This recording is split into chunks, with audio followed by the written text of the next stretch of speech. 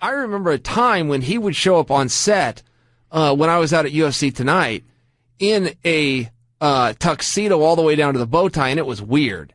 Now it's a really cool and fashionable look that designers are getting behind and wanted to be the one to make his next suit for him. So the point that I'm trying to make, though, when Randy Couture retired and Tito Ortiz got in his pissing match and stepped aside, they were left with nobody. They had absolutely no stars, and they created one overnight called Andrei Arlovsky. And Andrei Arlovsky became recognized and believed all the way down to reporters that are supposed to know what they're doing.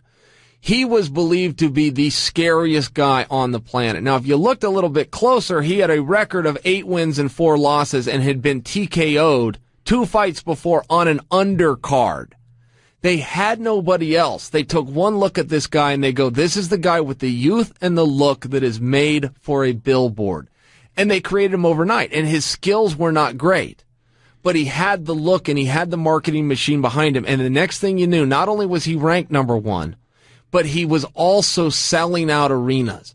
The point that I'm trying to make, and Conor might be too young to know this, and he might find out the hard way, because Conor's, 27 now, and this is 13 years ago, so he's 14 years old. So Conor may not know this story. They created something out of nothing overnight. Literally, Joel, it took them just over a week to do it. They put him on everything. They put his face out there. They pushed him to the top of the bill. They got the media behind it. They had his press conferences. They put him in a suit. They branded him the pit bull. They gave him a mouthpiece with fangs on him. They did the whole bit, got him that strap, picked his opponents. I was there. I debuted the night when he headlined and fought Paul Buntello for the world championship. Now, that isn't meant to insult Paul, but the reality is there is no time in fighting where Paul Buntello was a true number 1 contender, but there are ways to do it. It's happened before. Tito was soon forgotten. Tito, who was the biggest star at the time, could not get an appearance at the local county fair, and the same thing can happen with Conor. And you'll think that it can't, but it can. And it can happen overnight. If he wants to puff, and he puffs a little bit too hard. Now, again, this comes to the office, not to the way he portrays the meetings in the media. But if in the office he becomes too hard to deal with and they can't get something done, it's going to be game over, and it's going to be game over in record time. And that's what he doesn't understand. He thinks he's going to come on shows like this or go on SportsCenter and tell his side. He will not. When we all get the email that says that he's out and this is who's in, that's who we are then going to talk to. You make a fair point, and I don't try to be anybody I'm not up here. I'm a maniac. I get that. But I've had a very unique perspective of this sport. I watched it grow from the back of my car dealership. I watched superstars like you and Randy and Danny and Ed Herman and Nate Quarry and Chris Lieben, and it goes on and on and on. Come out of there, and I've watched this sport. A lot of people that are in this sport, I go to your practices, and I see the conversations that these up and comers are having, and I'm like, wow, that whole conversation wasn't even possible to happen before.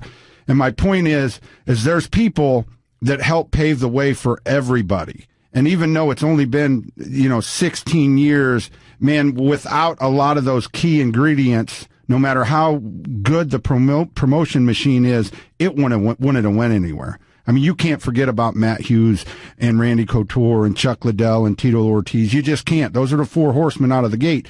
Now, another guy, to me, is Anderson Silva. If somebody says, who the fuck is Anderson Silva? As a fan, now maybe I'm marking out, that irritates me.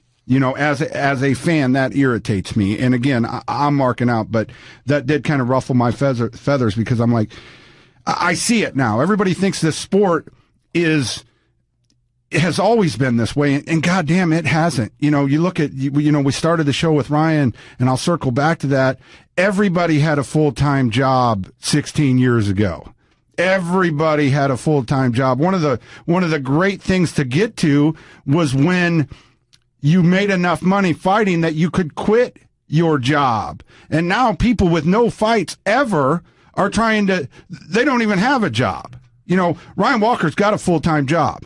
That makes me feel good. Yeah, kid, but again, I've had a unique perspective on this sport, and I understand the history of it, and I don't think everybody does. Yeah, and that is a little bit tough when you take guys like you and I that were there as the table was being set before everybody was sitting down at it, is what you just said. The sacrifices were much more, and it really was about who wants to do this, not who can be bribed into it. And you will hear guys come out, and I support it from a marketing standpoint. I support the guys that come out and say, this business only exists because of me, and I did it, and I did all of that. Where the problem is the guys that believe it. Where Conor thinks that he has changed the game or done anything like that. And sometimes, hey, are we marks and we're falling for what he's saying? Or does he actually believe this? Did he change the sport? No. Did he create the sport? No. Was the sport long before him, very successful, and will be here and very successful after him? Yeah, of course. I mean, don't forget, Conor's not in Bellator. Bellator's thriving. Go check the stock prices over at Viacom. When they started, when Coker signed on, and Viacom's a whole company, but I'm just using this as an example. They were worth $5.1 billion. Do you know what Viacom's worth today, Joel? After Coker came on? I get that this isn't, the Bellator's just one part. I'm not trying to give my boss all of the credit, but this is an example because it's the dates that I checked. They were worth $5.1 billion when Coker signed on. Do you know what their stock price is today? I do not. They're sitting on $15.3 billion. Ooh. So I guess the point that I'm making, Conor's incredible for business. Conor's done an incredible job. We don't have Conor. We're kicking ass. So if you think for a second that the UFC without Conor isn't still going to kick it, that's just silly. We're an example over at Bellator that you don't have to have Conor to be selling out arenas and moving the needle. There's great things that go on out there.